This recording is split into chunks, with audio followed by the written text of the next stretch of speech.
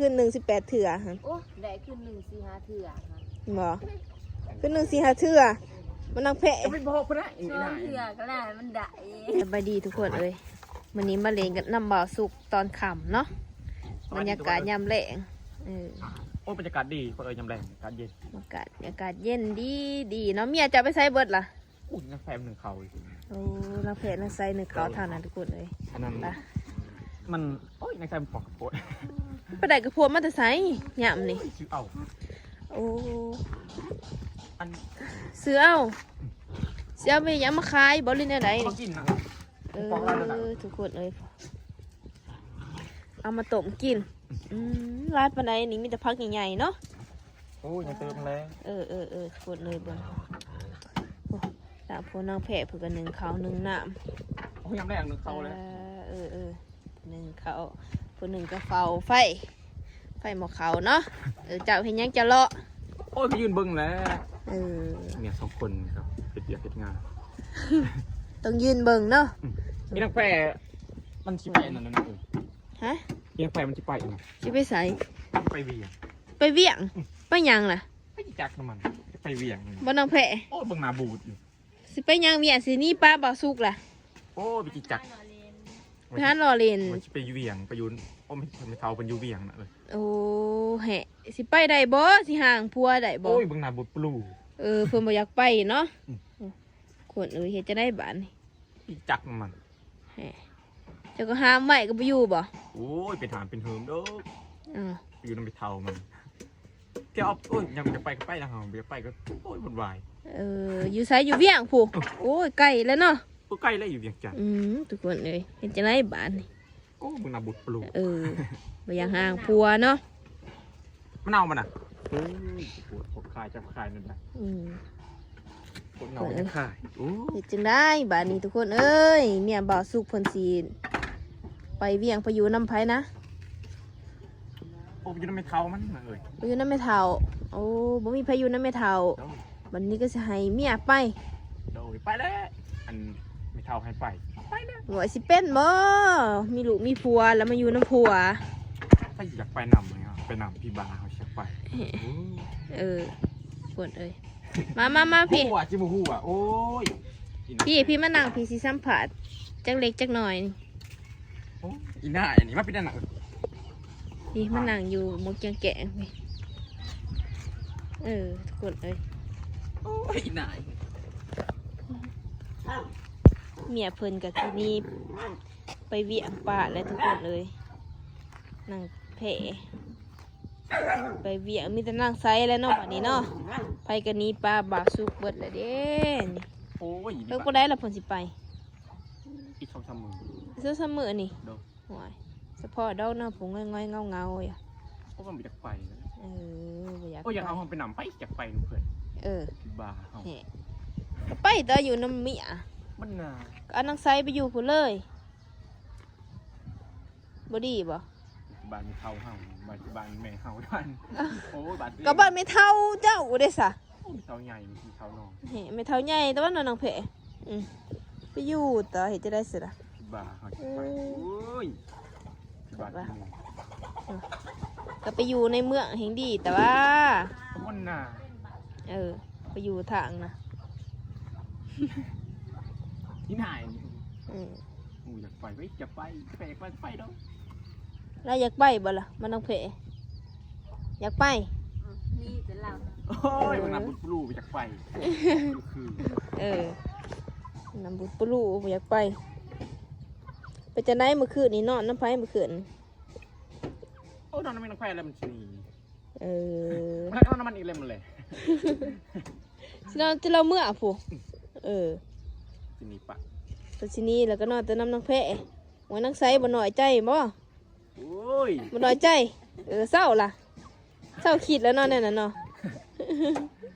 มื้อแรกนี่เนาะนำนางแพะเนาะนางแพะเพิ่นสิไปเวียงปลาเลยทุกคนเอ้ยปลาให้บ่าวสู้อยู่กับนางไซพอดีแล้วเพิ่นสิกินกัน2คนพวกเพิ่น ไปมันใส่ติดควันคู่มือ ถือกับปั้นเจ้าคู่มือบ่หรือว่าเจ้าถือกับปั้นเรา อยู่เอาน้ำมันเก่งเนาะคือเจ้าว่ามื้อน่ะก็ไปปั้นคือแท้หน้าก็มูสุกลงให้หน้าไอ้เปียก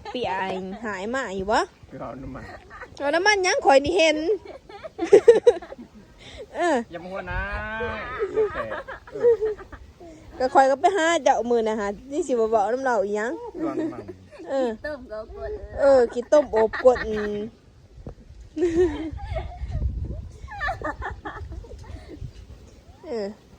กดกันน้อยๆเห็นเนาะ โอ้ยฉันว่าเอาหน้าใหญ่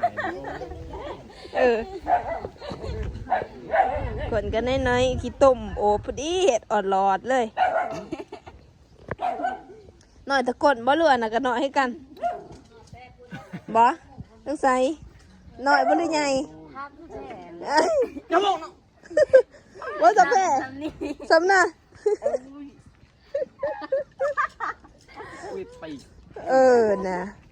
แต่พ่อดอกเขาบ่อยากนอนนับเนาะเดี๋ยวนี้เนาะ ไปเอาน้ำมัน อุ้ยเดี๋ยวพี่เพิ่งกันหยาดเอา อย่านะห่วยเดี๋ยวนี้ อันนั้นต้นตำอีดอันนี้มันโรแมนแล้ว มันเบื่อแล้วเนาะตอนนั้นหันนอนน้ำเพิ่นเถื่อแต่เดี๋ยวนี้เพิ่นน้อยลงแล้วก็มาตื่มกับคลองหน่อยแห้งคัก ไอ้นายนี่แหละสมองนี่สิบวันเขา บ่เสือแผลถึงใจเนาะบาสุกเพิ่นกาหน่อยๆจอยๆเดี๋ยวนี้ โอ้ยชิบะวาวนะ แต่ก็ สเปรเราถือใจภาษาคิดไม่เดียวโอ้ยนักเฟะโอ้ยจะกันได้กับลาย แต่ก็เราก็ยังเฮ็ดได้อีกแต่ว่าคืน1 18 เถื่อหั่น โอ้ได้ขึ้น1-4-5เถื่อค่ะ บ่คืน1 4 5 เถื่อมันนังแผล จะไปบอกพนัก ช่วงเถื่อก็ได้มันได้ บ่โอ้ยสมองเองน้อยลงของน้อยยังบ่พอยังน้อยลงอีกบ่ ตัวน้ำมันใส่จืด บ่จื้อ โอ้คือดิกสดแก่ นอนสอดแจ้ง บนหน้า ว่านังแผลนอนสอดแจ้งนั่นแหละเนาะ นอนสดแจ๊ โอ้ยปลุกตัวเองบุกมือคืน ปูเห็นยังล่ะ ตัวน้ำมันแก่เลย บ่ปูเห็นยังล่ะเมียฮะ ยังปลุกแล้วอยู่กับมึง หัวมื้อแรกนี่ ยังสะแล้วก็นอนกินล้างใส่นอนกินล้างใส่กัน อาจจะบอกเนาะโอ้ยจะบอกนั่นนี่ฮัน แล้วใส่กันนี่คิดอยู่บ่อันเดียวนี่ก็ได้เนี่ยเบิ่งบ่าวสุกกะ จะว่าอย่างทำคุดทำหมุดปรีทำหมุดอันสุเน่โอ้ย มื้อแรกก็นอนนั่งแพ้อีก เรื่องส่วนตัวมันก็ยังท่า อ้าวเฮิงเลยเด้บ่ได้มาถามเรื่องแบบนี้เด้ล่ะมาถามเบิ่งแต่ว่าเฮิงได้ยังคือเก่าอยู่บ่แต่ก็บ่คือเก่าแล้วทุกคนเอ้ยบ่ได้แล้ว18 เถื่อได้ เพราะนายมาว่า 4 5 เถื่อ2 เถื่อยังยากซะแพ้บ่ หาทองมาท่าหมุดอันสุเน่โอ้ ถามบ่สุอันสุแน่เอาแต่ว่าคนเอ้ยแต่ว่ามื้อแรกนี่เอานางแพะอีกแล้วเนาะนางแพะสิเมื่อป่าล่ะเพิ่นสิไปดูน้ำยาเพิ่นแล้วน้ำแม่เฒ่าเพิ่นล่ะนั่นทุกคนเอ้ยบ่าวสุกเพิ่นบ่ได้แล้ว18 เถื่อเดียวนี่ซะแพะว่า2-3 เถื่อยังยากเดียวนี่เนาะ ตัวน้ำมัน เนี่ยบ่สิแม่นของเราว่าแต่ว่าแล้วสิคิดตัวเห็นอีหยังมีแต่เจ้าหั่นแหละเว้าตัว แล้วบอกแต่ละคำมีความจริง บ่ ไอ้ที่นี่ปะไอ้ชั่วโมงนั่นนี่โอ้ยโอ้ย โอ้ยแล้วเราก็หายน้ำสะแพร่และสะแพร่ อันนั้นตายนั่นนี่เป็นไงนะ ว้ายมื้อแรกนี่เราก็นอนกอดเบิดคืนน่ะแหละนี่เราสิห่างกันล่ะ โอ้วันนี้นักจะมาไทยเด็กกระโดดไทย